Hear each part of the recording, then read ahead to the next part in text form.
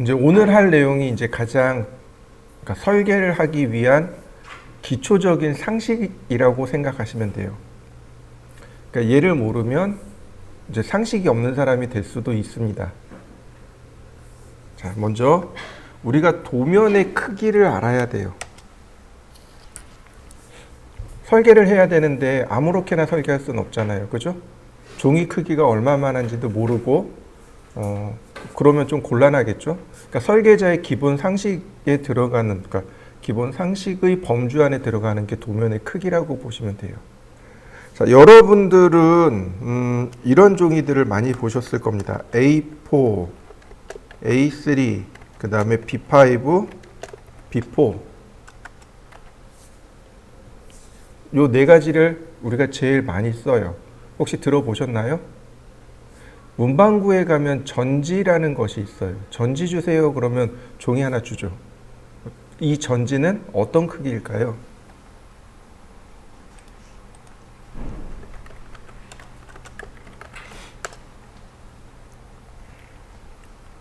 자, 지금 여기 적어 놓은 그 종이의 차이가 뭘까요? A 도면은 뭐고 B 도면은 뭘까요? 그러니까 A 계열의 종이는 뭐고 B 계열의 종이는 뭘까요? 자, 이렇게 보시면 돼요. A로 시작하는 종이는 설계에 사용되는 종이고 B로 시작되는 종이는 인쇄예요. 인쇄 출판용 종이입니다. 이해되셨나요? 다시요. A 계열의 종이는 설계, 그러니까 도면이에요. 도면. B 계열은 인쇄, 출판용 종입니다.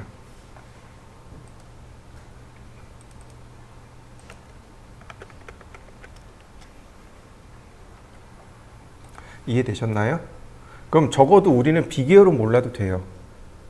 B0, B1 이 크기는 몰라도 되지만 A0, A1, A2, A3, A4 종이 크기는 외우고 계셔야 돼요.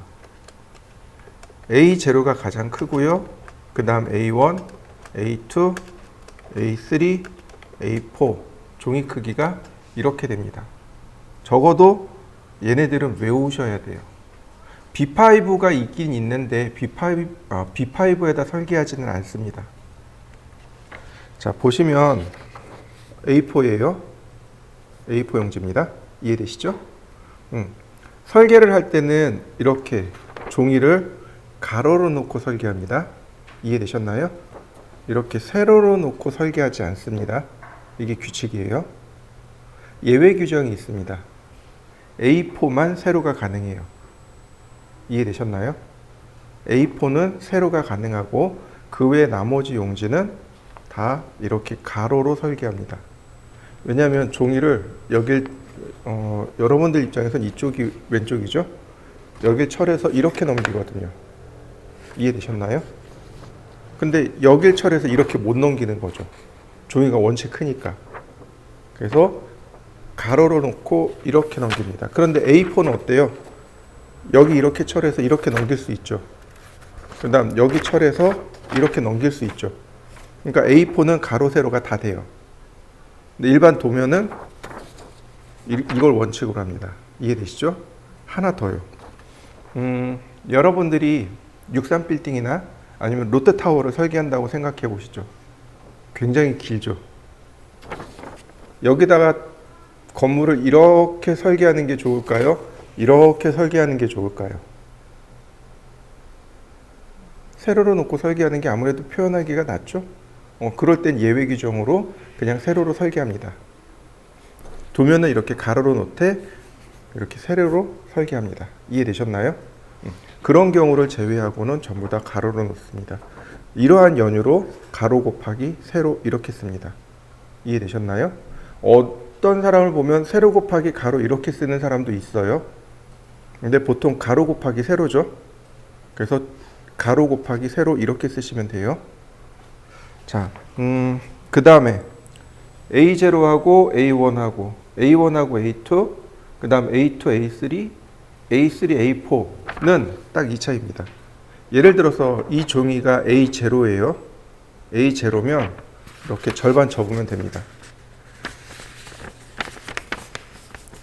절반 접었죠? 그럼 얘가 A1이 되는 겁니다. 이해되셨나요? 지금 제가 들고 있는 종이가 A4죠. A4를 절반 접으면 B5 두 장이 되는 겁니다. 이해되셨나요? 그럼 얘를 다시 접으면 B6가 되는 거죠. 아니, B6래. A6. 이해되시죠? 다시 볼까요? 자요. 얘가 A4죠? A4를 절반 접으면 A5. 그 다음 얘를 다시 접으면 A6. 이해되셨나요? 이렇게. 딱 절반 정도의 차이가 납니다. 자, 그러면 이렇게 보시면 돼요. 가장 큰 A0가 크기가 이렇게 됩니다. 1189mm에 841mm가 돼요. 이해되셨죠? 자, 잘 보세요. 여기가 1189예요. 근데 절반 접으니까 어떤가요? 여기가 더 길어졌죠. 그러니까 종이가 이렇게 들어와야죠. 여기는요. 2분의 1이죠. 그러니까 A1은 뭐가 돼요? 841에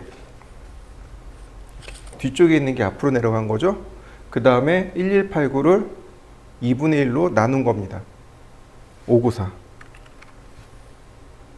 종이 크기 이해되셨나요? 다시 봅니다. 여기 있는 이 사이즈가 다시 앞으로 가요. A2는 594에 얘를 2분의 1 해서 뒤로 보냅니다. 420. A3는 420에 297. A4는 297에 210. 이해되셨나요? 이렇게.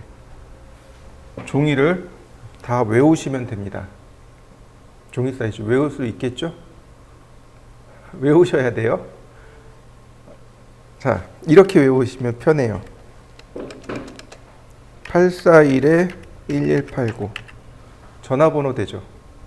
그죠? 원래는 1189에 841mm이지만 요걸 뒤바꾸니까 841에 1189라는 전화번호가 됩니다. 그죠? 여러분들이 좋아하는 그분의 전화번호 이해되시죠? 예를 들어서 여기에다가 이렇게 붙이면 되죠. 그러면 여러분들이 좋아하는 그분의 전화번호가 되겠죠. 자, 그분의 전화번호입니다. 외우세요. 네, 제가 고등학교 때 이렇게 배웠습니다. 저 고등학교 실업계 고등학교 나왔거든요. 공고 나왔는데 기계과 나왔어요. 고등학교 1학년 때인가 2학년 때 선생님이 오셔가지고 똑같이 이렇게 가르쳐 주셨어요. 그때는 핸드폰이 없었어요. 무조건 집으로 전화해야 돼요. 니네가 좋아하는 그분의 전화번호니까 외워라. 그래서 이 선생님 참 재밌게 잘 가르쳐 주시네. 대학 갔더니 다 그렇게 배워온 거예요. 우리 선생님만 그런 게 아니네. 사회 나갔더니 다 그렇게 알고 있는 거예요. 그때 알았어요. 누군가가 가르쳐줘서 이게 퍼졌구나. 더 놀라운 건요. 지금도 그렇게 가르치고 있어요. 많이들 이렇게 가르쳐주고 있어요. 여러분들도 그렇게 외우시면 돼요. 외울 때는 841에 1189라고 외우신 다음 쓰실 때는요. 1189, 841 이렇게 쓰시면 되겠죠? 그 다음에 뒤에 있는 숫자 앞으로 앞에 있는 숫자 2분의 1 이렇게 해서 한 10번만 써보세요. 그러면 금방 외워져요. 어렵지 않습니다. 자, 그 다음 이 중에 우리가 제일 많이 쓰는 건 어떤 종이일까요? 잘 안 쓰는 것도 있고 많이 쓰는 것도 있겠죠. 그죠? 뭘 제일 많이 쓸까요? 네, 맞아요. A3를 제일 많이 씁니다. A3하고 A2하고 제일 많이 써요. 예전에 손으로 설계할 땐 다 A2로 설계했습니다. 손으로 설계할 땐 A2로 했는데 요즘은 A3를 써요. 그래서 도대체 왜 A3를 쓸까라고 처음에 의심을 했어요. 왜 A3를 쓸까? 자, 이렇게 보시면 돼요. 여러분들 혹시 플로터라는 거 들어보셨나요?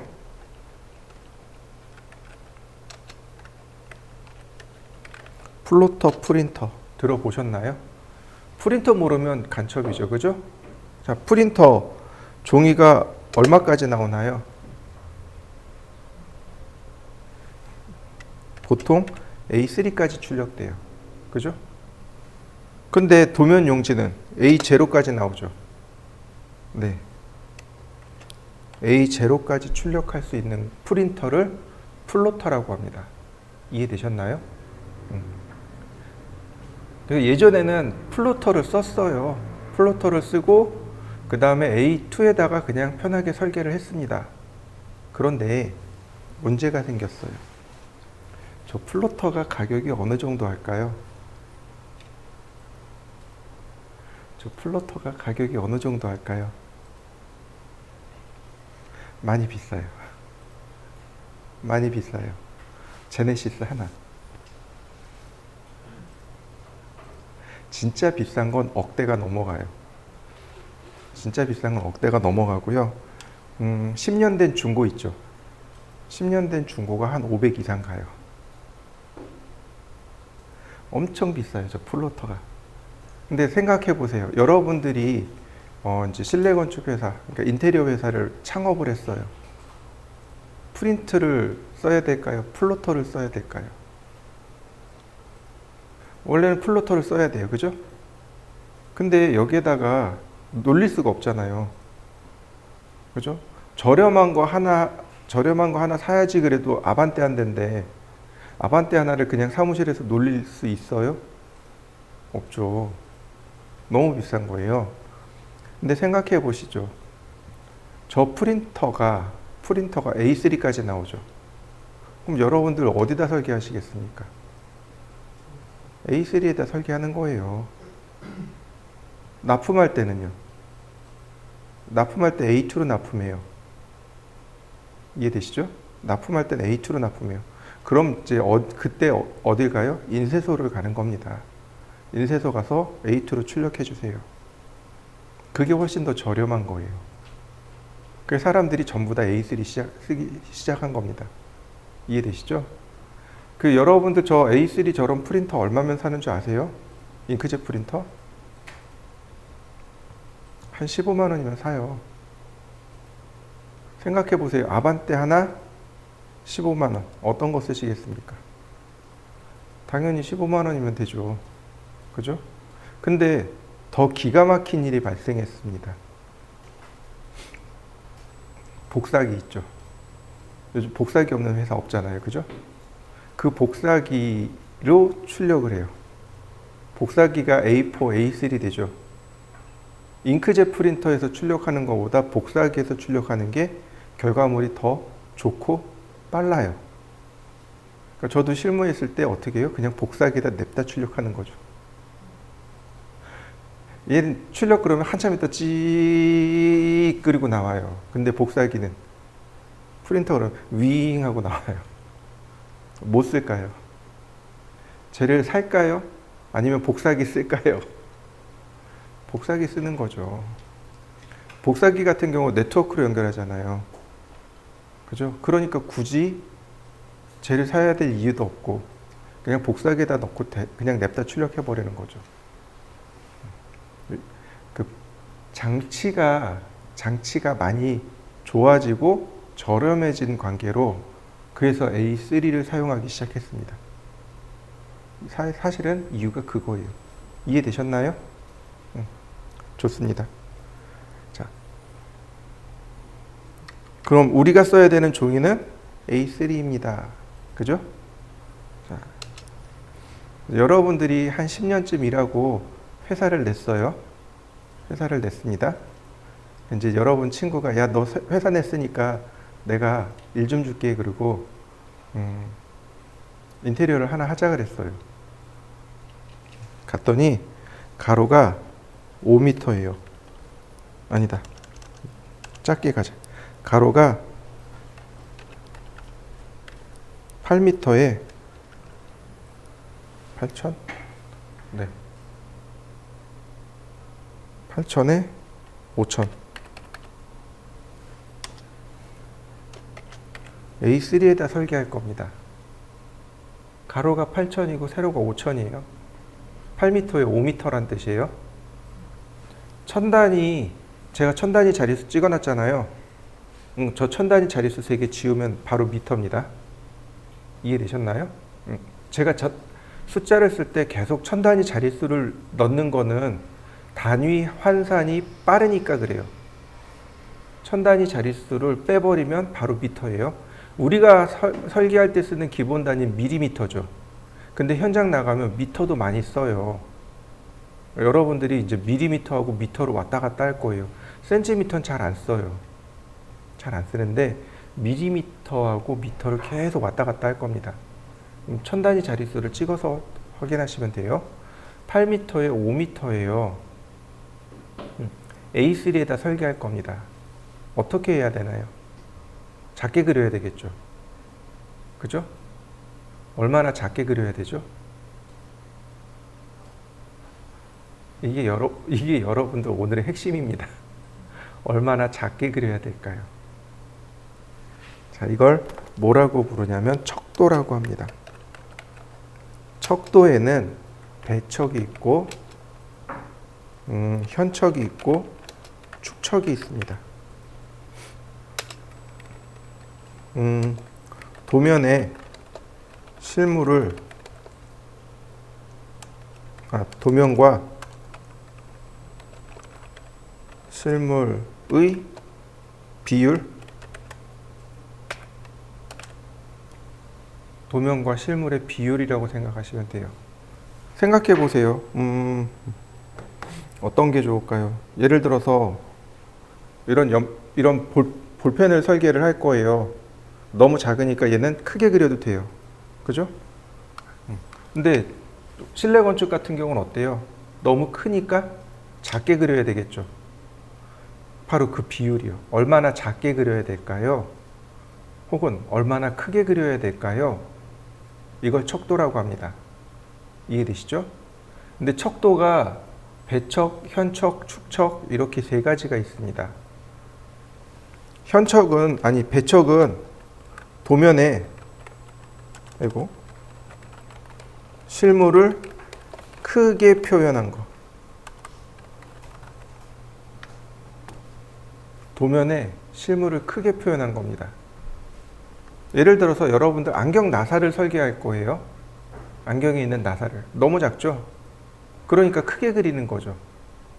이걸 배척이라고 합니다. 실물은 작은데 도면에 이렇게 크게 그려놓은 거예요. 이런 걸 배척이라고 합니다. 현척은 뭐냐면 도면과 실물의 크기가 같게 표현된 거. 내가 실물을 들여다가 도면 위에 딱 놨더니 크기가 어떻더라? 똑같더라. 이건 현척. 축척은 도면에 실물을 작게 표현한 거. 지금 같은 경우 이해되셨나요? 지금 같은 경우 도면에 실물을 작게 표현해 줘야 되겠죠? 그러면 이제 다시 넘어와서 축척이 얼마면 될까요? 고등학교 때 분명히 이 문제가 나왔어요. 선생님들이 뭐라 그러셨냐면 대학교 가면 배울 거야. 그런가 보다. 대학 갔어요. 대학교에서 교수님이 뭐라 그런지 아세요? 실무 가면 배울 거야. 실무 갔더니 뭐라 그런 줄 아세요? 니는 학교에서 뭐 배웠니? 그래서 팀장님이 이렇게 불렀어요. 내가 이런 거까지 가르쳐야 돼. 자요. 이렇게요. 실물에 2배를 합니다. 실물에 2배를 해요. 왜냐하면 여백이 필요해요. 그러니까 종이가 있으면 내가 그려야 될 실물이 있겠죠. 그거 외에 여백이 필요해요. 치수도 들어가야 되고 표제란도 들어가야 되고 거기에 메모도 들어가야 돼요. 그래서 여백이 2배를 준 겁니다. 근데 저기에 1.5 주면 안 되나요? 라고 물어볼 수 있어요. 돼요. 1.5 주셔도 돼요. 저기 3으로 주면 안 되나요? 돼요. 3배 해도 돼요. 그런데 1.5 하면 너무 타이트한 거고 3배 하면 너무 많이 남는 거고 그 적당한 게 2배가 적당해요. 그 다음에 얘를 종이로 나눈 겁니다. 종이라고 하지 말고 도면이라고 합시다. 이걸 도면으로 나누면 얘가 바로 축척이 되는 겁니다. 이해되셨나요? 간단하죠? 여러분들이 그려야 될 실물에 2배를 하고 그 다음에 종이를 나누시면 돼요. 이게 경험치예요. 실제로 이렇게 공식이 있는 게 아니고 그냥 경험치로 내려오는 내용입니다. 그러니까 팀장님이 내가 이런 것까지 가르쳐 줘야 돼 그러고 저한테 가르쳐 주셨잖아요. 그럼 그 팀장님의 팀장님 그 위에 팀장이 위로 이렇게 올라가는 거죠. 그냥 구전으로 내려오는 야 이렇게 하니까 적당하더라. 야 이렇게 해 라고 알려주는 축척. 이런 걸 경험치라고 해요. 이게 경험치입니다. 제가 경험치를 조금 더 여러분들 쉽게 이해하라고 이렇게 도식으로 만들어 놓은 것 뿐입니다. 이건 경험치예요. 자, 이해되셨나요? 그러면 이렇게 계산해 보죠. 자, 8,000에 곱하기 2 나누기 420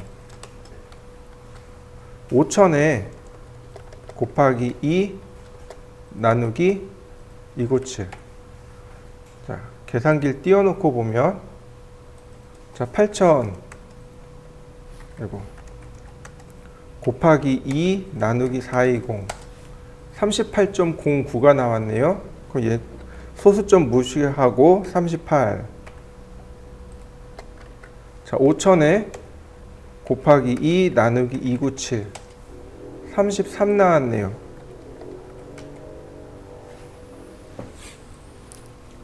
당연히 가로 세로가 다를 수밖에 없겠죠. 그죠? 이 중에 누굴 버려요? 작은 걸 버립니다. 얘는 버립니다. 얘가 기준이에요. 이해되셨나요? 만약에 작은 걸 기준 삼으면 큰 쪽이 어떻게 돼요? 도면 밖으로, 그러니까 종이 밖으로 도면이 나가버리는 거죠. 그래서 작은 걸 버리고 큰 걸로 기준 삼는 겁니다. 이해되시죠? 자, 근데 문제가 생겼어요. 1대 38이라는 축척을 쓸까요? 1대 38이라는 축척을 쓸까요? 안 써요. 그럼 얼마를 쓰면 될까요? 1대 40. 이해되셨나요? 자, 이제 여러분들이 많이 봐야 될 거. 이게 스케일자예요. 이게 스케일자입니다. 지금 이렇게 보이시죠? 이게 스케일자예요. 여기 빨간색 있는 선 있죠? 이게 1대1하고 1대2가 여기 있어요. 이쪽이 1대1, 이쪽이 1대2. 그 다음에 1대3, 1대4, 1대5, 1대6 이렇게 돼 있습니다. 이해되셨나요? 여기서 이제 센스가 빠른 사람들은 이해하죠. 1, 2, 3, 4, 5, 6만 쓰는구나. 이렇게요.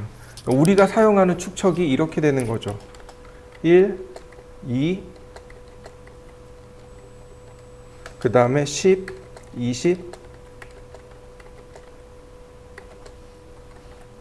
그 다음 100, 200, 300, 600. 자, 이해되셨나요? 1000, 2000, 3000, 뭐 등등등. 그 중에 이제 우리가 사용하는 구간이 여기서부터 여기까지 구간이 되는 거죠. 자, 근데 보시면 6에서 100까지 너무 멀죠. 그래서 잘 쓰지는 않지만 80하고 90을 사용합니다. 이해되셨나요? 너무 멀어요. 60, 그 다음 100 그러면 너무 공간이 너무 멉니다. 그래서 잘 쓰지는 않지만 계산했더니 80이 나왔더라. 그럼 80 써도 돼요. 계산했더니 한 90 나왔더라. 그럼 90 쓰면 돼요. 잘 쓰지는 않지만 쓸 수 있어요. 자신 없어요. 여러분들이 이거 써도 되나? 그러면 팀장님한테 가는 겁니다. 여러분들 사수한테 가는 거예요. 제가 계산했더니 1대 90을 쓰는 게 좋은데 어떻게 하면 좋을까요? 그러면 사수가 얘기하겠죠. 써도 돼. 아니야, 그거 100 써. 이렇게 얘기해 주겠죠. 이해되시죠? 그 직장 생활할 때 요령이 그거예요. 신입사원으로 입사 딱 했어요. 그러면 뭐라 그래요? 물어봐. 내가 다 가르쳐 줄게. 근데 가서 막 물어보면 화내요. 왜 화내요? 이런 거죠. 똑같은 건데 이런 거죠. 축척을 잘 모르겠어요. 그럼 어떻게 해요? 내가 하던 일 다 내려놓고 축척을 설명해야 되잖아요. 그리고 다시 내 일 하려고 그러니까 생각이 안 나는 거예요. 그러니까 막 짜증나는 거예요. 근데 어떻게 해요? 제가 계산해 봤더니 90 정도가 나왔는데 90이나 100 어떤 거 쓰면 돼요? 그러면 내 일을 다 끝내지 않더라도 그냥 간단하게 얘기해 줄 수 있죠. 그거 80 써? 아니야, 그거 90 써? 아니야, 그거 100 써? 그러면 어떻게 돼요? 바로 자기 일 들어가죠. 그러면 사수가 잘 가르쳐 주겠죠. 이해되시나요? 그러니까 제가 직장 생활하면서 배운 게 그거예요. 바로 이거. 그러니까 답을 들고 가라는 거. 답을 2개에서 3개를 들고 가라는 거. 물어볼 게 있으면 미리 조사를 해서 정답을 2개에서 3개 정도 체크를 해서 그리고 가서 물어보는 거예요. 해봤더니 요 정도가 나오는데 어떤 거 하면 돼요? 그러면 야, 이거 해 이렇게 단답형으로 나오겠죠. 그 다음에 이제 사수가 시간이 나면 불러요. 그걸 가서 보면 다시 가르쳐줘요. 야, 너 그거 어떻게 해서 이렇게 나왔는데?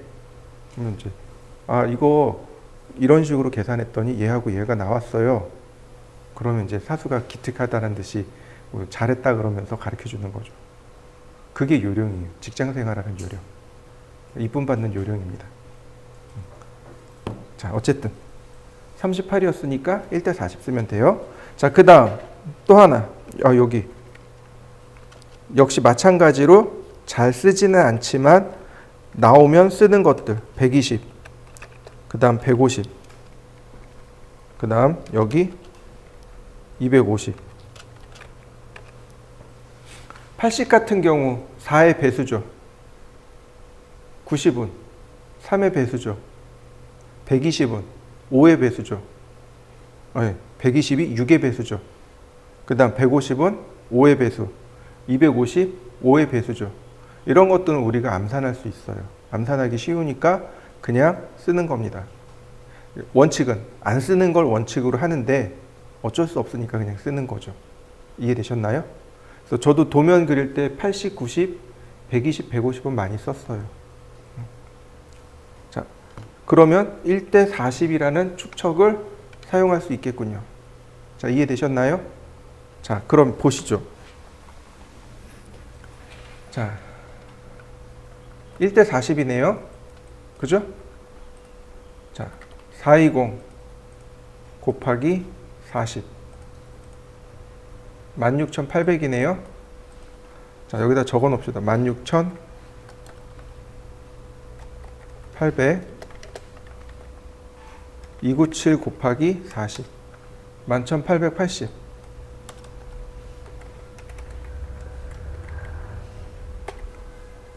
그럼 이렇게 쓰는 거죠.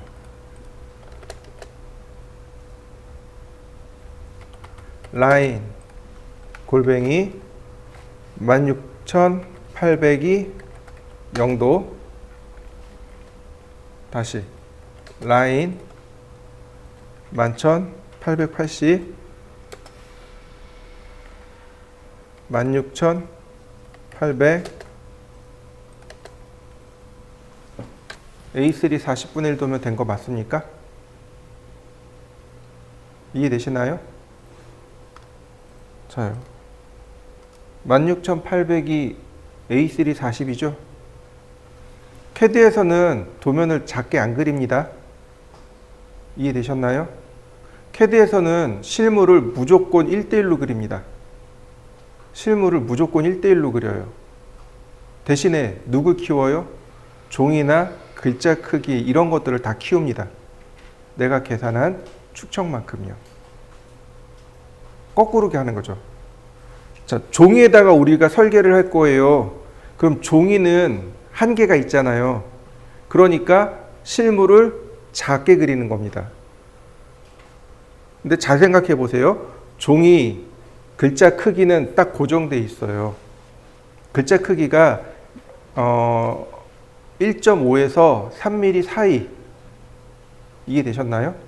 글자 크기가 1.5에서 3mm 사이 편한 대로 쓰라고 돼 있어요. 전산응용 건축제도 기능사에서는 3mm 쓰라고 지정돼 있습니다. 실무에서는 없어요. 저 같은 경우는 2mm 썼고요. 제가 근무했던 회사에 제 팀장님은 1.5mm 썼어요. 저보고 글자 크다고 뭐라고 하셨거든요. 근데 저는 글자 크기 안 줄였거든요. 팀장님한테 맨날 혼나요. 야, 너 글자 크기 크다니까. 왜냐면 현장 나가면 일명 오야지들이 있어요. 작업반장님들이 노안이 있어가지고 글자가 안 보이거든요. 도면에 글자가 작으면 이분들이 일하다 말고 돋보기 썼다 벗었다 그러거든요. 그거 되게 스트레스 받거든요. 그래서 편하게 보시라고 최소한으로 가장 작은 것 중에 그분들이 편하게 볼 수 있는 게 2mm 글씨가 그나마 좀 편하게 볼 수 있어요. 그래서 2mm 글씨 드리는 거거든요. 근데 그 회사는 그 작업 반장님이 되게 젊었어요. 노안이 안 온 상태였거든요. 그러니까 1.5mm 써도 그냥 보는 거죠. 상황에 따라서 글자 크기 조절해 주세요. 근데 어쨌든 그럼 글자 크기도 키우는 거예요. 자, 예를 들어서 계산하기 쉽게 한번 보자고요. 어디다 놨지? 여기 있다. 글자 크기가 제가 2mm를 줬어요. 그러면 40배 하니까 글자 크기가 얼마가 돼요? 80으로 키워서 그리는 겁니다. CAD에서는. 이해되셨나요? 실물 그대로 그립니다. CAD는 리밋이 없어요. 지구 그릴 수 있고 달도 그릴 수 있어요. 리밋이 없어요. 이해되셨나요? 그렇기 때문에 그냥 실물로 1대1로 그리는 겁니다. 1mm 그냥 그리면 돼요. 그거 줄여서 그리려고 생각하지 마세요. 대신에 그 주변의 것들을 다 키워버리는 겁니다. 그럼 나중에 어떻게 해요? 나중에 줄여서 출력하면 돼요. 이해되셨나요? 나중에 이제 렉탱글이라는 명령어 쓸 겁니다. 렉탱글 골뱅이 420에 297 이제 테두리선 10mm 그 다음 스케일 40배 40배 딱 커진 거 보이시나요? 나중에는 이 오른쪽에 그린 것처럼 이렇게 그릴 겁니다. 얘는 그냥 그렸다라고 생각하시면 돼요. 이해되셨죠? 좋습니다. 자, 그러면 이제 리밋이라는 명령어를 설명드릴 건데요.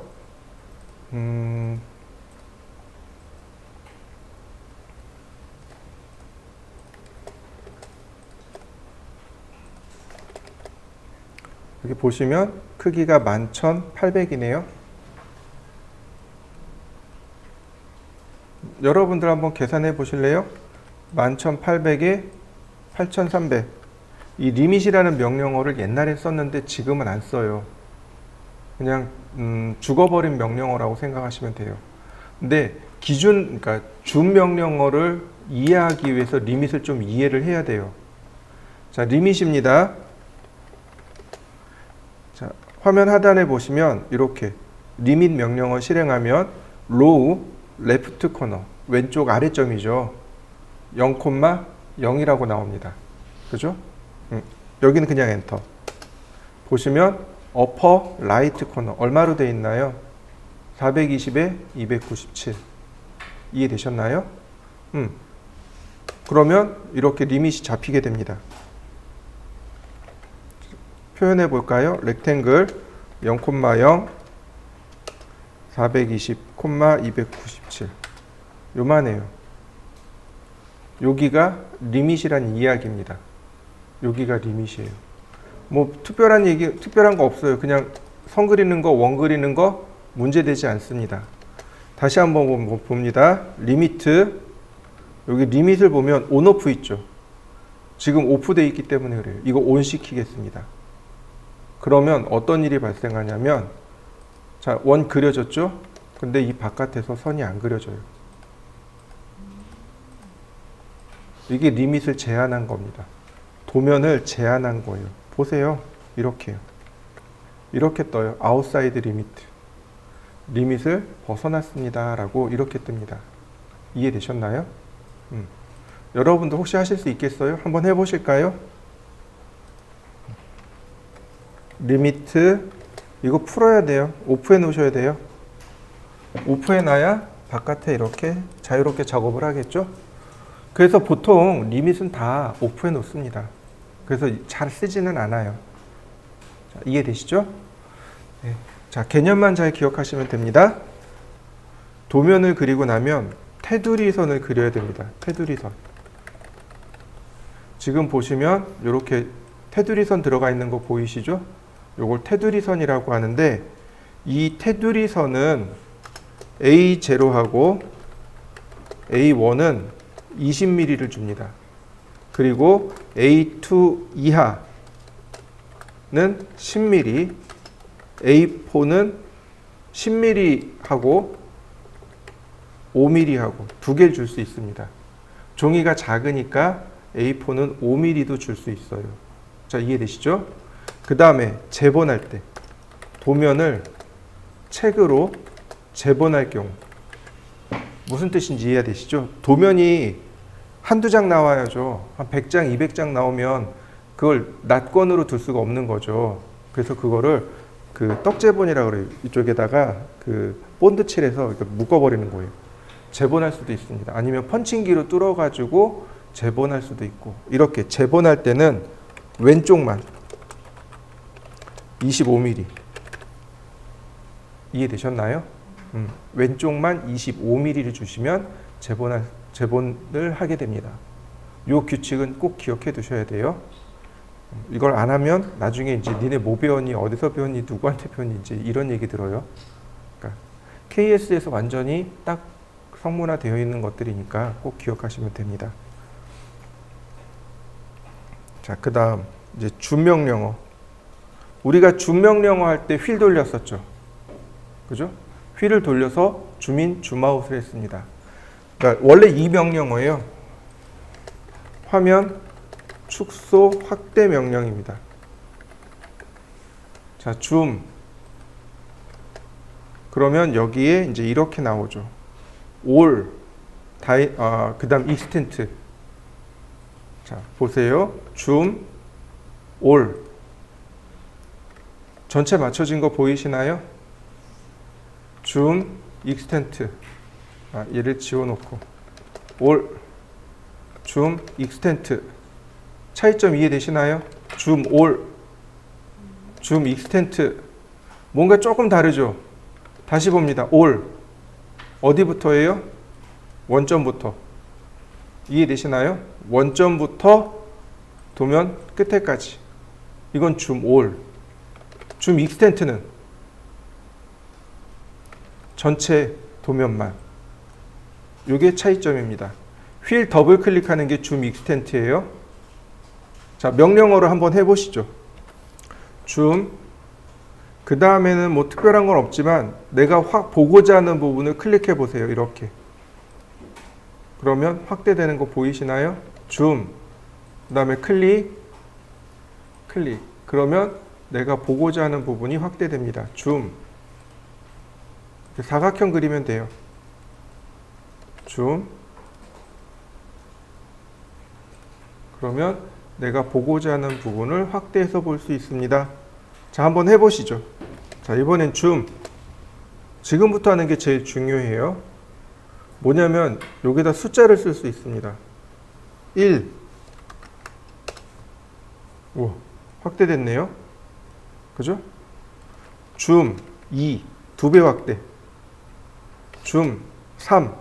3배 확대. 줌 1 나누기 10. 다시 말하면 10분의 1로 확대. 축소라는 얘기죠.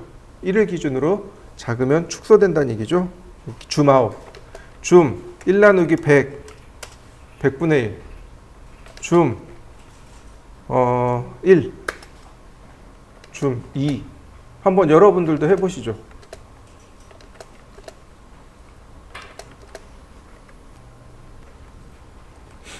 X자 붙여서도 해보시고 리미트에서 10배를 키운 다음에 그 다음에 또 한번 해보세요.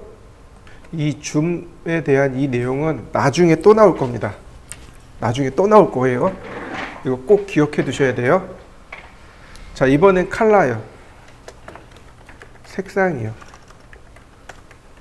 컬러 색상입니다. 라인 타입 선 모양입니다. 근데 이거를 레이어에서 통합해서 사용합니다.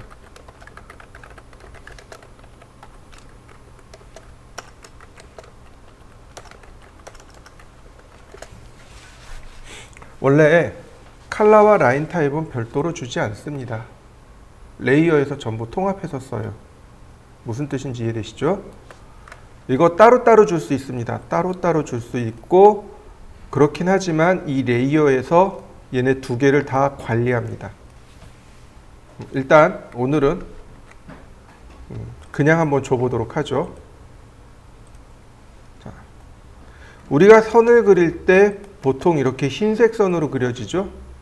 자, 컬러 엔터. 그러면 이렇게 컬러 피커가 뜹니다. 컬러 피커 떠요. 여러분들도 한번 띄워보세요. 보시면 얘네들이 컬러 피커인데요. 보시면 인덱스 컬러 탭이 있고 트루 컬러 탭이 있고 컬러북 탭이 있습니다. 그죠? 우리가 사용하는 건 인덱스 컬러입니다. 트루 컬러요? 안 써요. 컬러북이요? 안 씁니다. 이해되시죠? 자, 컬러북은 컬러북이 존재해요. 실제로 충무로 인쇄소 있죠. 인쇄소에 가면 컬러북이 있어요. 그리고 페인트 가게 가면 컬러북이 있습니다.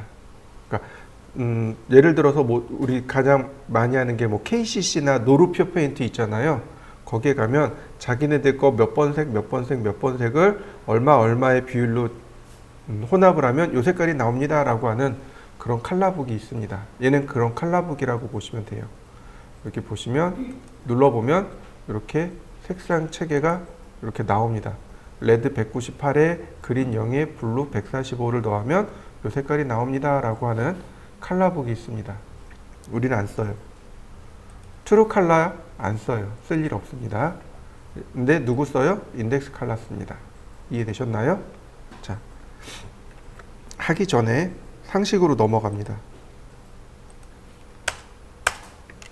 자, 컴퓨터니 그래픽 카드라고 하죠. 그러니까 컴퓨터에서 색상을 보여주잖아요. 자, 사람은 십진수를 사용합니다. 그죠? 십진법을 써요. 컴퓨터는요? 이진법을 쓰죠. 이진수를 씁니다. 컴퓨터가 보여주는 최대 색상 컴퓨터가 하나의 색상을 최대한 쪼개면 이에 어디 갔을까요? 8승계까지 보여줄 수 있다고 합니다. 이해되셨나요? 2의 8승계인데 요거 십진수로 고치면 256개입니다. 이해되셨나요? 그래서 이걸 뭐라고 부르냐면 8비트 컬러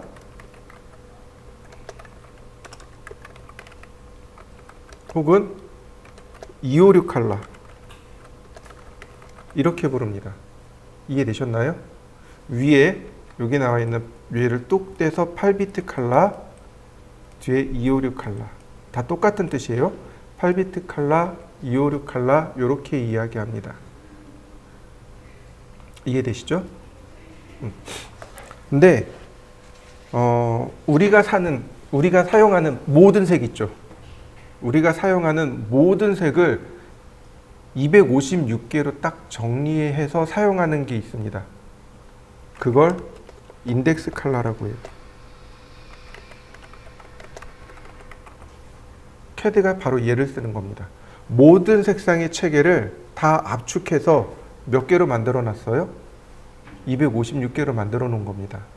요걸 인덱스 컬러라고 해요. 이해되셨죠? 자, 이거보다 조금 더 진보된 색상 체계가 있습니다. 2의 16승계. 즉 다시 말하면 16비트 컬러가 돼요. 얘는 표현할 수 있는 색상의 개수가 64,000개 정도 표현할 수 있습니다. 100단위는 제가 기억을 못해요. 그냥 1000단위까지만 쓴 겁니다. 64,000 얼마 이렇게 돼요. 이해되시죠? 그 다음에 2에 24승까지를 표현할 수 있게 됩니다. 자, 이렇게 보시면 돼요. 우리가 화면상에 보는 색상은 빛의 삼원색으로 색상을 만들어냅니다. 이해되시죠? 빛의 색상이 뭘까요? 아니, 빛의 삼원색.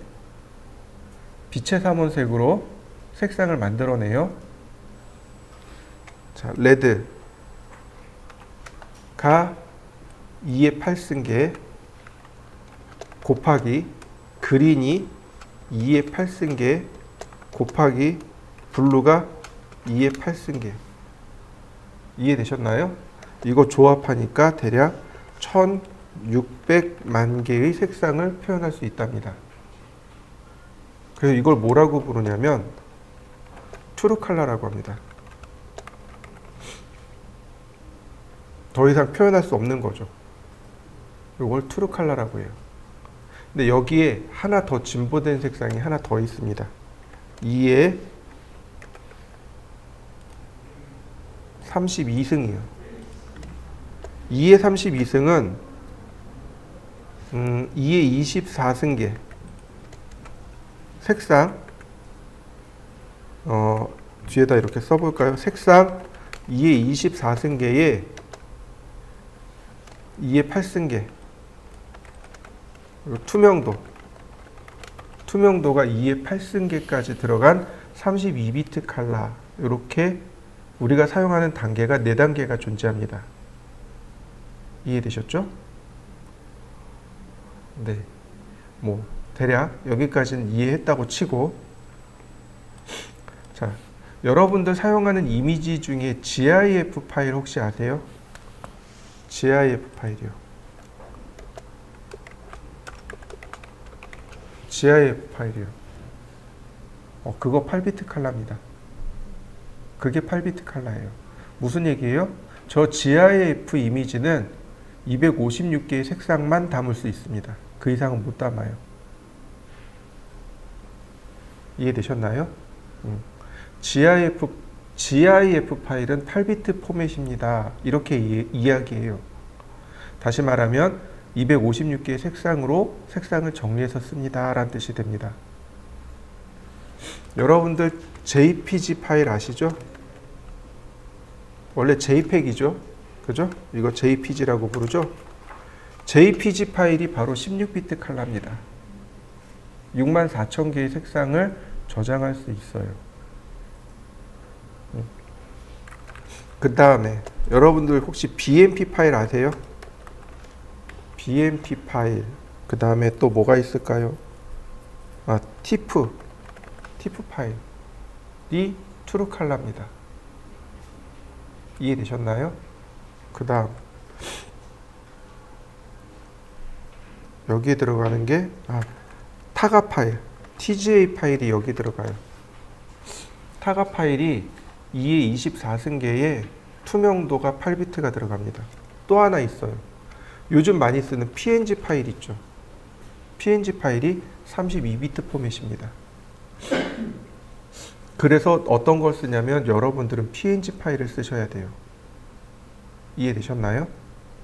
그러니까 표현할 수 있는 색상의 개수와 명칭과 그리고 이미지들이 이렇게 있습니다. 여러분들은 요걸 잘 알고 계셔야 돼요. 나중에 스케치업 하잖아요. 스케치업해서 렌더링을 할 거예요. 실사처럼 이제 사진처럼 나와야 돼요. 그럼 어떤 파일로 저장해야 돼요? PNG 파일로 저장해야 돼요. 그래야 트루 컬러로 저장할 수 있고 알파 채널도, 그러니까 투명도도 함께 저장이 되는 겁니다. 이해되시죠? 이해는 돼요. 이해는 되는데 암기가 안 될 뿐이죠. 자, 보세요. 컬러로 넘어갑니다. 자, 여기 빨간색이 인덱스 컬러 1번으로 지정되는 거 보이시나요? 노란색이 인덱스 2번, 그린이 인덱스 3번, 인덱스 4번, 인덱스 5번, 6번, 7번, 8번, 9번. 그 다음에 10번이 어디냐면 일로 올라갑니다. 10번, 11번, 12번, 13번, 14번, 15번 이렇게요. 이 위에가 짝수입니다. 이 아래가 홀수고요. 그래서 쭉 갑니다. 248번, 249번, 그 다음에 250번, 51번, 52번, 53번, 54번, 55번으로 딱 끝나게 됩니다. 이해되셨나요? 딱 인덱스 컬러 맞죠? 여기서 질문. 256번은 어디 있죠? 투명? 다시요. 자요. 수의 체계가 0부터 시작할까요? 1부터 시작할까요? 0부터요. 0부터 255번까지입니다. 이해되시나요? 1번부터 하면 256번으로 끝나는데 0부터 시작하기 때문에 255번으로 끝납니다. 이해되셨나요? 0번이 누구냐면 여기 바이 블럭 보이시나요? 얘가 0번입니다. 바이 블럭 얘가 0번이에요. 얘가 0번입니다. 근데 우리가 사용하는 건 기본값은 바이 레이어입니다. 레이어에서 지정한 이란 뜻이에요. 바이 블럭은 블럭에서 지정한, 바이 레이어는 레이어에서 지정. 자, 다시 봅시다. 우리가 색상이 빛의 삼원색이 레드, 그린, 블루. 그죠? 자, 요걸 첫머리 글자를 따서 뭐라고 부르냐면 RGB 컬러 이렇게 부릅니다. 그 다음에 색의 삼원색이 있습니다. 색의 삼원색은 C, M, Y 이렇게 CMY라고 해요. 근데 문제는 뭐냐면 색의 삼원색은 100% 블랙이 나오지 않습니다. 그래서 100% 블랙까지 끄집어내기 위해서 K를 붙입니다. K가 블랙이에요. 블랙이 앞머리 글자가 B잖아요. 근데 그 B를 누가 썼어요? 블루가 가져갔어요. 그래서 블랙 맨 뒷글자 K가 들어옵니다. 얘는 CMY K 컬러이고 이렇게 이야기합니다. 이해되셨나요? 자, 가산법, 감산법 이렇게 이야기합니다. 더하면 더할수록 밝아지는 거, 이건 가산법입니다. 빛은 더하면 더할수록 어떻게 돼요? 밝아지는 거죠. 하얗게 됩니다. 하얀색이 나와요. 감산법은 뭐예요? 빼면 뺄수록 밝아지는 겁니다. 다시 말하면 CMYK, 즉 색의 삼원색은 더하면 더할수록 어떻게 돼요? 블랙이 됩니다. 검정색이 돼요. 빼면 뺄수록 하얀색이 되고요. 이해되셨나요? 자, 여러분들 컬러잉크 열어보셨나요? 잉크젯, 아니 프린터 뭐뭐 들어있는지 혹시 기억나세요? 이렇게 노란색, 사이안색, 마젠타색. 이해되시나요? 우리가 보기엔 얘는 파란색이고 얘는 빨간색이잖아요. 그죠? 근데 실제 명칭은 사이안과 마젠타입니다. 지금 제가 적어 놓은 거 이해되시나요? 색이 이렇게 들어가요. 그래서 요걸 색의 삼원색이라고 생각하시면 됩니다. 색의 삼원색. 자, 다시요. 프랑스 사람 휴라는 사람이 있었습니다. 휴라는 사람이 있었습니다. 미술학자예요. 무슨 대학교 교수님쯤 되겠죠? 학자니까. 이 사람이 랜턴을 가지고 조금 실험을 했답니다. 빛을 가지고 실험을 한 거예요. 저 레드 빛하고 빨간색 빛하고 그린, 즉 초록색 빛하고 섞으니까 이 색깔이 나왔답니다. 어떤 색이 나왔을까요?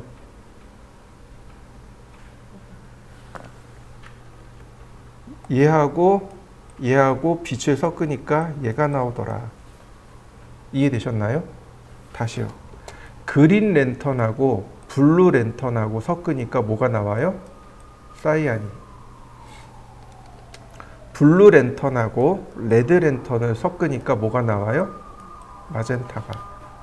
이해되셨나요? 그래서 색상이 레드, 그린, 블루, 사이안, 다시 레드, 옐로우, 그린, 사이안, 블루, 마젠타. 이해되셨나요? 색상 번호가 그래서 이렇게 매겨진 겁니다. 요걸 뭐라고 부르냐면 휴값이라고 부릅니다. 그리고 이 휴값은 원으로 되어 있습니다. 그래서 이거를 우리나라 말로 뭐라고 부르냐면 색상환이라고 부릅니다. 자, 그 다음에 보시면 여기 칼라 보시면 바로 이 부분 보세요. 휴값에 의거해서 쭉 색상이 배색된 거 이해되시나요? 레드, 옐로우, 그린, 사이안, 블루, 마젠타. 다시 레드로 가고 있죠. 원이 한 바퀴니까. 그죠?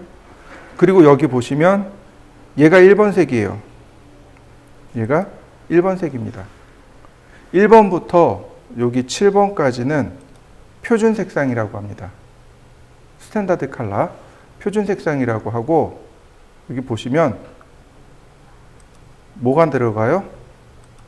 색상 번호로도 들어가지만 이름으로도 들어갑니다. 그래서 내가 여기다 이름을 써도 되고 번호를 써도 되고.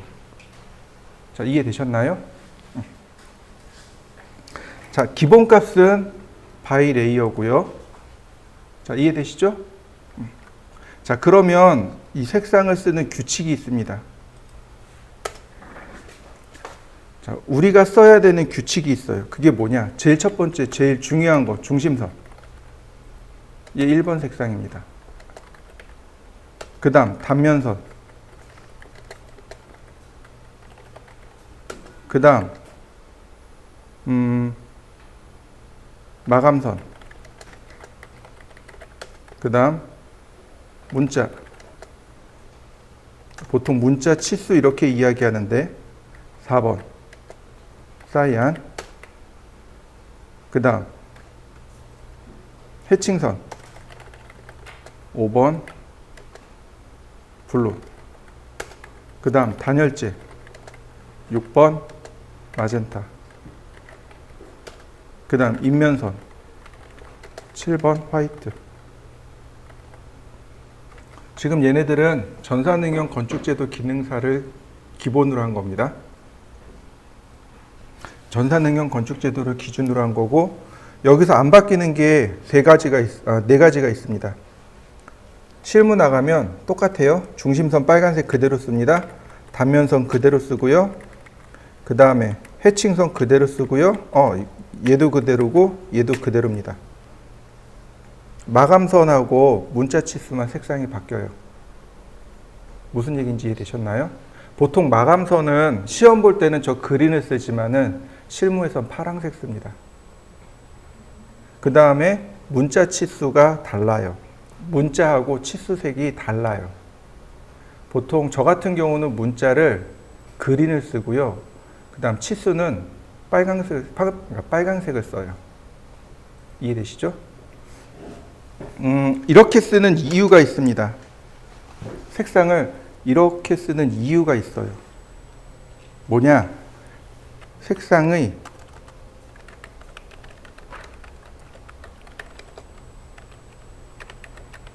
활용, 명도값을 활용해서 쓰고 있는 겁니다. 이해되셨나요? 미술 시간이에요, 미술 시간. 자요. 명도의 특징이 두 가지가 있습니다. 자, 일단 명도가 뭐죠? 명도가 뭔지 알아야지 우리가 이야기할 수 있겠죠. 그죠? 밝을 명자 썼습니다. 색상의 밝음에 대한 정도. 이해되셨나요? 명도란 뜻은 색상이 밝고 어두움에 대한 정도를 나타내는 것을 명도라고 합니다.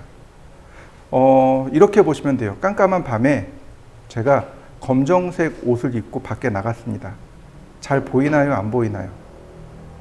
안 보이겠죠. 반대로 제가 하얀색 옷을 입고 밖에 나갔습니다. 잘 보일까요? 안 보일까요? 잘 보이겠죠. 그죠? 바로 이게 명도입니다. 깜깜한 밤에 봤을 때 잘 보이는 색이 명도가 높은 색, 안 보이는 색이 명도가 낮은 색. 이해되셨나요? 이렇게 생각하시면 되게 쉬워요. 예를 들어서 파란색 옷을 입고 밖에 나갑니다. 잘 보일까요? 빨간색 옷을 입고 밖에 나갑니다. 잘 보일까요? 녹색 옷을 입고 밖에 나갑니다. 잘 보일까요? 자, 보세요. 자, 1번 서클. 다시 컬러.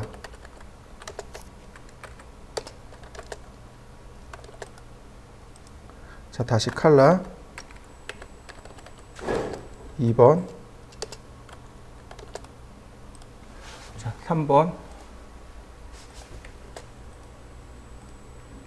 4번. 5번. 6번. 7번. 어떤가요? 누가 제일 잘 보이나요? 흰색, 노란색 눈에 잘 보이죠? 명도가 높은 색이에요. 그 다음에 파란색이 제일 안 보이죠? 명도가 낮은 색이에요. 빨간색이 어때요? 빨간색도 물론 잘 보이긴 하지만 그렇게 잘 보이는 색은 아니에요. 명도가 낮은 색입니다. 그런데 녹색하고 그러니까 그린하고 사이아는 어떤가요? 노란색만큼 잘 보이진 않지만 빨간색보단 잘 보이죠. 중간 정도의 명도를 가지고 있습니다. 이해되셨나요? 이게 명도 값이에요. 그러면 명도에 어떤 부분을 쓰느냐? 자, 이거죠. 명도가 높으면 색이 앞으로 튀어나와 보입니다. 명도가 낮으면 속으로 들어가 보입니다. 이게 첫 번째입니다. 이 중에 파란색이 뒤로 가 보이고 그 다음에 노란색이 앞으로 나와 보이는 것처럼 보입니다. 착시죠. 이해되셨나요? 이게 바로 명도를 활용한 기법입니다. 우리가 평면도를 그릴 겁니다. 평면도를 그리면 평면도는 이 바닥 있죠. 바닥에서 1.5m 대략 한 이 정도 높이를 잘라요. 여기를 잘라서 여기 걷어내고 하늘에서 이렇게 내려다본 겁니다. 그럼 누가 제일 먼저 보이나요? 이 벽면이 제일 먼저 보이겠죠. 얘가 튀어나와 보이고 그 다음에 제일 아래 바닥이 보이겠죠. 바닥은 안으로 들어가 보이고 이렇게 입체감 있게 볼 수 있게 해주는 것. 그게 바로 명도가 할 일입니다. 그러니까 우리가 도면을 평면으로 그리지만 색상 때문에 뭐처럼 보여요? 입체감 있게 보이는 거죠. 그게 명도를 활용한 첫 번째 방법입니다. 이해되셨나요? 자, 명도를 쓰는 이유 첫 번째. 명도가 높으면 튀어나와 보이고 낮으면 들어가 보입니다. 두 번째, 명도가 높으면 굵게 보이고 낮으면 가늘게 보입니다. 이해되셨나요? 다시 보세요. 여기서 제일 가는 선이 파란색이 제일 가늘게 보이죠? 파란색, 빨간색이 가늘게 보이고 그 다음 노란색, 흰색이 제일 굵어 보입니다. 이해되시나요? 네, 단면선이에요. 단면선, 끈을 단자를 쓴 겁니다. 벽선이 바로 노란색이에요. 이 벽선이 바로 노란색이고 인면선이라는 건 뭐냐면 이렇게 잘리지는 않았지만 자르지는 않았지만 눈에 보이는 선, 그걸 인면선이라고 합니다. 이해되셨나요? 이제 조금 더 지나야 이해할 수 있을 거예요. 그걸 이 인면선을 흰색으로 처리합니다. 나머지 이제 문자 치수가 들어가게 되는 거죠. 자, 이해되셨나요? 우리가 명도를 활용하는 이유가 바로 이겁니다. 다시 말하면 여기에 뭐 중심선 1번, 단면선 2번 이렇게 쭉 돼 있는 건 바로 명도 값을 이용해서 색상 체계를 정리해 놓은 겁니다. 그래서 만약에 이제 여러분들이 실무에 나갔는데 너 색상 어떻게 쓰니? 그러면 명도 값을 활용해서 사용하고 있습니다 라고 이야기하면 잘 알아들을 거예요. 그분들도 다 그렇게 배웠을 겁니다. 배웠는데 실천을 안 할 뿐이죠. 자, 여러분들도 이렇게 색상을 하나 쭉 만들어 놓고 그리고 한번 확인해 보시죠. 컬러는 여기서 바꿀 수 있습니다. 여기서도 바꿀 수 있어요. 그리고 얘를 누르면 이렇게 뜹니다.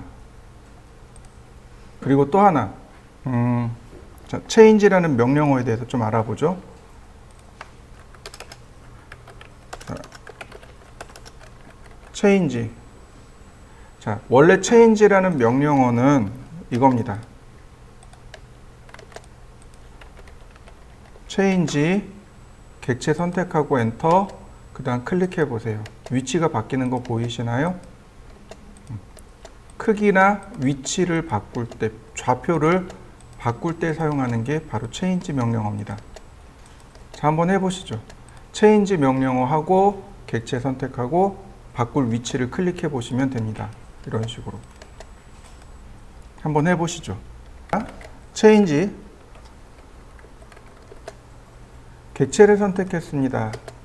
그러면 여기 이런 게 나와요. 체인징 포인트를 물어보지만 프로퍼틱스라는 게 있습니다. 속성이요. 얘를 눌러주게 되면 속성을 변경할 수 있습니다. 여러 가지 속성이 있는데 그중 오늘 배운 컬러 여기다가 쓰면 돼요. 1번 빨간색으로 바뀐 거 보이시나요? 다시 한번 볼까요? 요거 파란색이네요. 체인지 속성 컬러 2번 노란색으로 바뀐 거 맞나요? 여러분들도 한번 바꿔보시죠. 체인지 프로퍼틱스 컬러 5번 이렇게 색상을 바꿀 수 있습니다. 다시 봅니다. 이번에는 CHPROP 체인지 프로퍼틱스. 다시 말하면 체인지 명령어 중에 프로퍼틱스, 즉 속성 명령어만 똑 떨어져 나온 겁니다. 체인지 프로퍼틱스 선택하고 엔터. 그럼 바로 컬러를 선택할 수 있습니다. 자, 1번. 자, 어떤가요? 금방 바뀌는 거 맞습니까? 선택하고 엔터. 컬러 5번. 그러면 색상을 금방 바꿀 수 있습니다. 자, 한번 해보시죠. 그런데 얘네들은 잘 안 써요. 그럼 누구 쓰느냐? 프로퍼틱스라는 명령어가 있습니다. dd 프로퍼틱스라는 명령어가 있는데 이게 명령어 통합됐어요. 프로퍼티스 또는 컨트롤 숫자 1. 그래서 컨트롤 숫자 1을 누르고 쓰면 됩니다. 컨트롤 숫자 1을 누르면 이렇게 속성창이 떠요. 내가 바꾸고자 할 객체를 선택합니다. 그럼 맨 위에 컬러가 이렇게 떠요. 컬러 바꾸면 끝난 겁니다.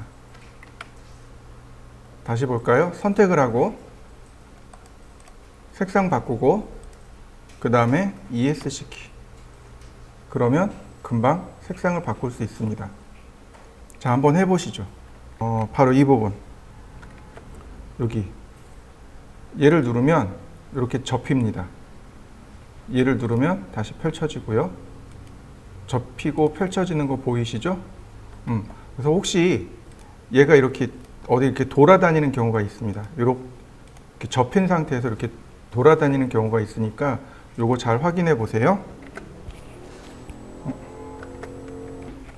그 다음 또 다른 방법이 있습니다. 먼저 선택을 해요.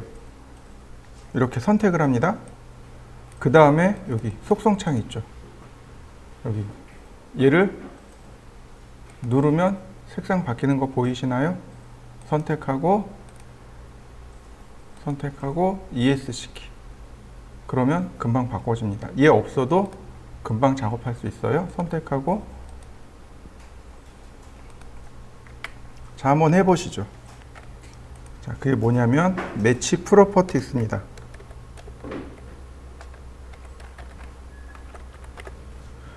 매치는 일치시키다 라는 뜻이죠.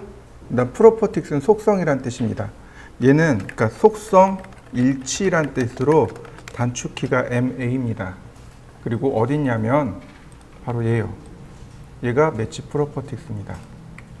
매치 프로퍼티스를 먼저 누른 다음 원본을 선택합니다. 원본을 선택하고 엔터 안 눌러요. 그러면 CAD가 물어봐요. 데스티네이션 오브젝트. 즉 내가 선택한 얘의 속성을 어디다 줄 겁니까? 선택해주면 어떤가요? 바로 바뀌는 거 보이시나요? 다시 한번 볼까요?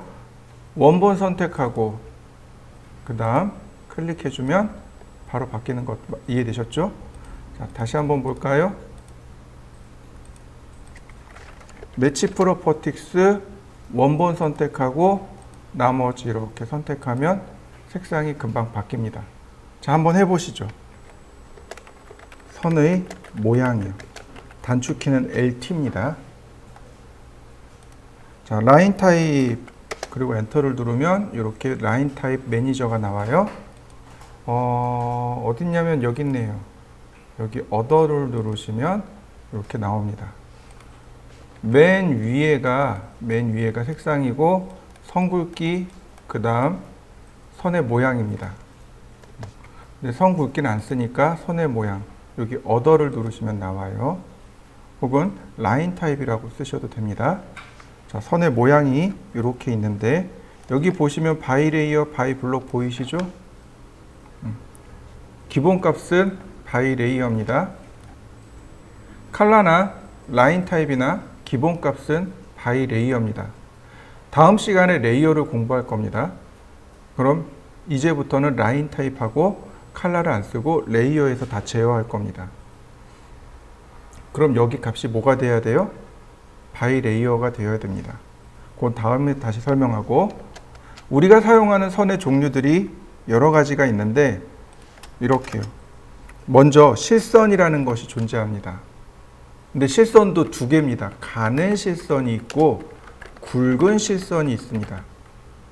그 다음 파선이 있고 1.3선이 있고 2.3선이 있습니다. 우리가 쓰는 건 크게 이렇게 5가지예요.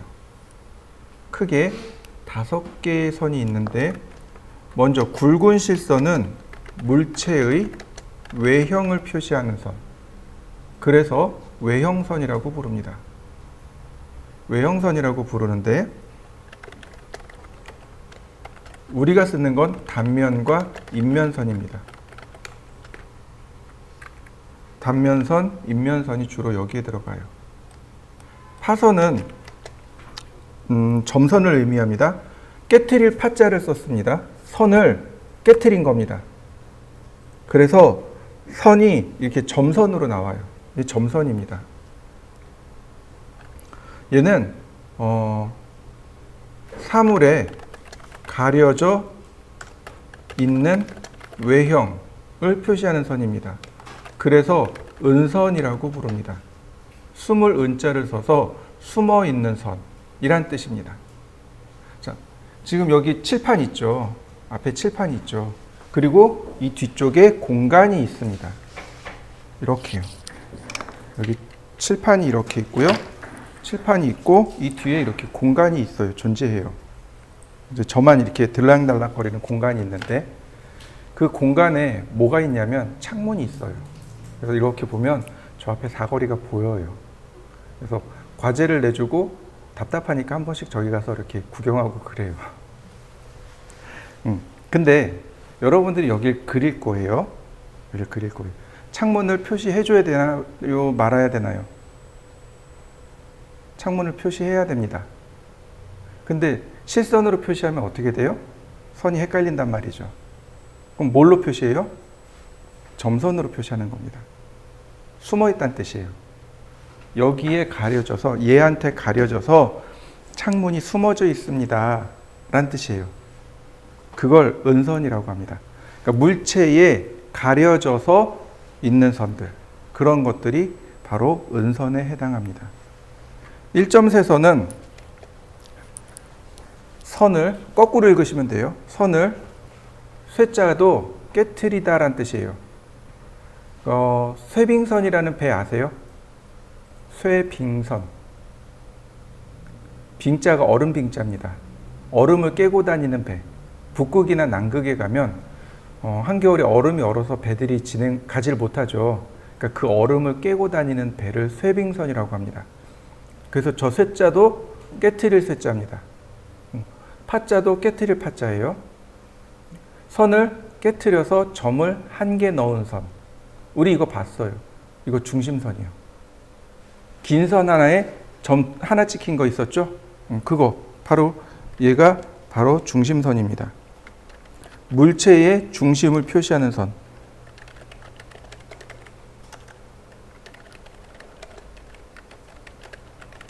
그래서 얘는 중심선입니다. 이점세선은 보통 가상실선이라고 합니다. 그리고 가상실선이라고 해요.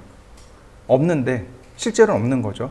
실제로는 없지만 앞으로 여기 있을 겁니다 라고 하는 선. 이해되시나요? 예를 들어서 시계추가 있어요. 내가 시계추를 설계를 할 겁니다. 설계를 할 때는 시계추가 여기 있겠죠. 근데 작동을 하면 시계추가 이렇게 진자 운동을 하겠죠. 그러면 설계자는 어떻게 해요? 여기다가 하나 추를 그려놓고 여기다 하나 그리고 여기다 하나 그리는 거죠. 여기서부터 여기까지 몇 도. 그럼 사람들은 어떻게 파악을 해요? 아, 여기 있는 추가 이만큼 진자 운동을 하겠구나 라고 하겠죠. 이때 다실선으로 그리면 오해하겠죠. 그러니까 여기 있는 선을 이점세선으로 그리는 겁니다. 그럼 무슨 뜻이 돼요? 아, 얘가 여기서부터 여기까지 이렇게 움직이겠구나. 가상실선인 거죠. 여긴 없는데 나중에 오겠구나 라는 뜻으로 받아들이는 겁니다. 이해되셨나요? 굵은 일점세선도 있어요. 그건 파단선이에요. 자르는 선. 그러니까 여러분들 어렸을 때 그 종이접기 해보신 적 있나요? 그때 이렇게 자르는 선이 있어요. 그게 굵은 일점세선입니다. 여기는 우리는 그건 쓸 일 없을 테니까 이 정도.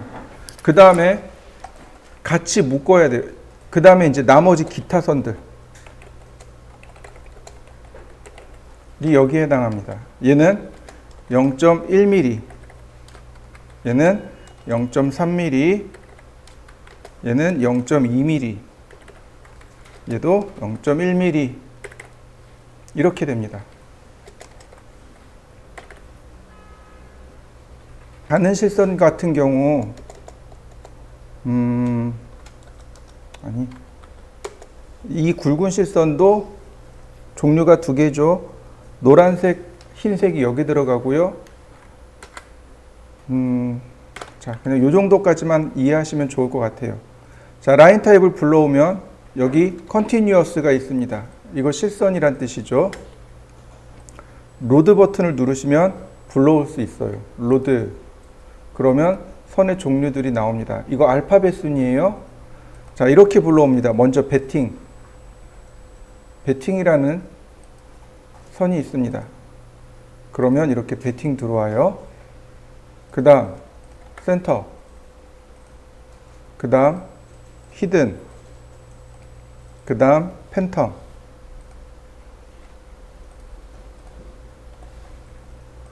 자, 선들을 이렇게 불러와 보시죠. 배팅, 센터, 히든, 팬텀. 자, 한번 불러보시죠. 자, 그 다음에 보시면 바로 이 부분.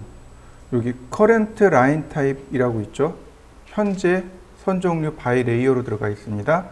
선택하신 다음에 여기 커런트라는 버튼이 있습니다. 설정이에요. 얘 누르시면 여기가 배팅으로 바뀌게 됩니다. 자, 자, 그러면 오케이. 선을 그려볼까요? 베팅선으로 그려지는 거 보이시나요? 요거 단열재입니다. 단열재 이렇게 표시해요. 자, 여기서 바꾸셔도 돼요. 센터, 라인. 그러면 1.3선으로 그려진 거 보이시죠? 그 다음 히든. 자, 점선으로 그려진 거 보이시죠? 팬텀. 2.3선으로 그려진 거 보이시죠? 이렇게 선들이 만들어집니다. 한번 해보시죠. 기존에 있는 선들도 마찬가지입니다. 선택하고 바꾸면 얼마든지 이렇게 쉽게 바꿀 수 있어요. 속성창을 이용해도 마찬가지입니다. 선택하고 그 아래 라인 타입이 있어요. 그래서 여기서 이렇게 바꾸시면 됩니다. 자, 바꾸는 것도 한번 해보시죠. 자, 요가제모를 봅니다. 자, 제일 먼저 그려야 될 건 중심선이에요. 그죠? 중심선의 색상은 빨간색입니다. 선의 모양은 센터. 자, 라인. 선을 길게. 그 다음 길게. 그 다음 옵셋 64mm, 72mm 이렇게 있네요. 그 다음 노란색이 외형선, 컨티뉴어스가 실선, 서클, 교차점에서 반지름 32, 다시 한번 46.4. 자, 미드 포인트를 좀 뺄까요? 자, 미드 포인트를 좀 빼고 다시 서클, 반지름 10.4, 다시 한번 반지름 20. 자, 옵셋 10.4. 자, 매치 프로퍼틱스로 노랗게 바꿔주고 나머지 트림.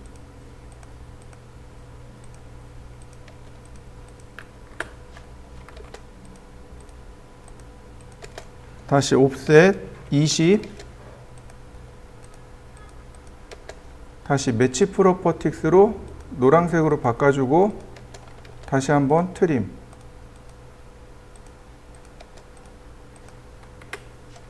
자, 옵셋 5mm, 나머지 트림. 옵셋 5mm, 나머지 트림. 자, 그 다음 여기 선 그려야죠. 라인 51도예요 여기 보니까 1도 단위는 없네요. 그러니까 자, 골뱅이 100만큼 51도 방향으로. 자, 매치 프로퍼틱스로 다시 라인. 선의 길이는 100만큼 100도 방향으로. 자, 이렇게요. 옵셋 5mm, 나머지 트림. 다시 한번 서클, 반지름 80.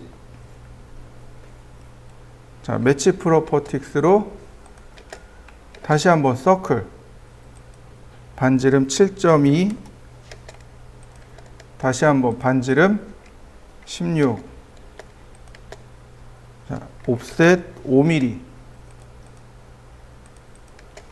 트림. 선 모자르니까 연장. 자, 지우고 그 다음 옵셋 7.2mm.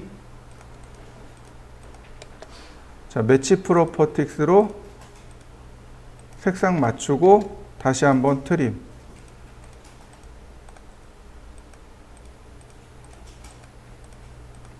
다시 옵셋 16mm. 매치 프로퍼틱스로 색상 바꾸고 다시 한번 트림.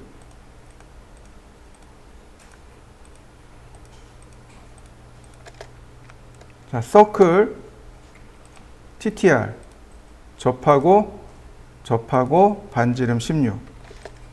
다시 트림. 그다음 서클 TTR 접하고 반지름 32. 나머지 트림. 자, 다시 한번 접하고 32. 나머지 트림. 다시 라인 탄젠트에서 이 위쪽입니다. 다시 탄젠트로. 다시 한번 탄젠트에서 탄젠트로. 그러면 이렇게 선 종류와 색상이 다 들어간 걸 확인할 수 있을 겁니다. 자, 한번 해보시죠.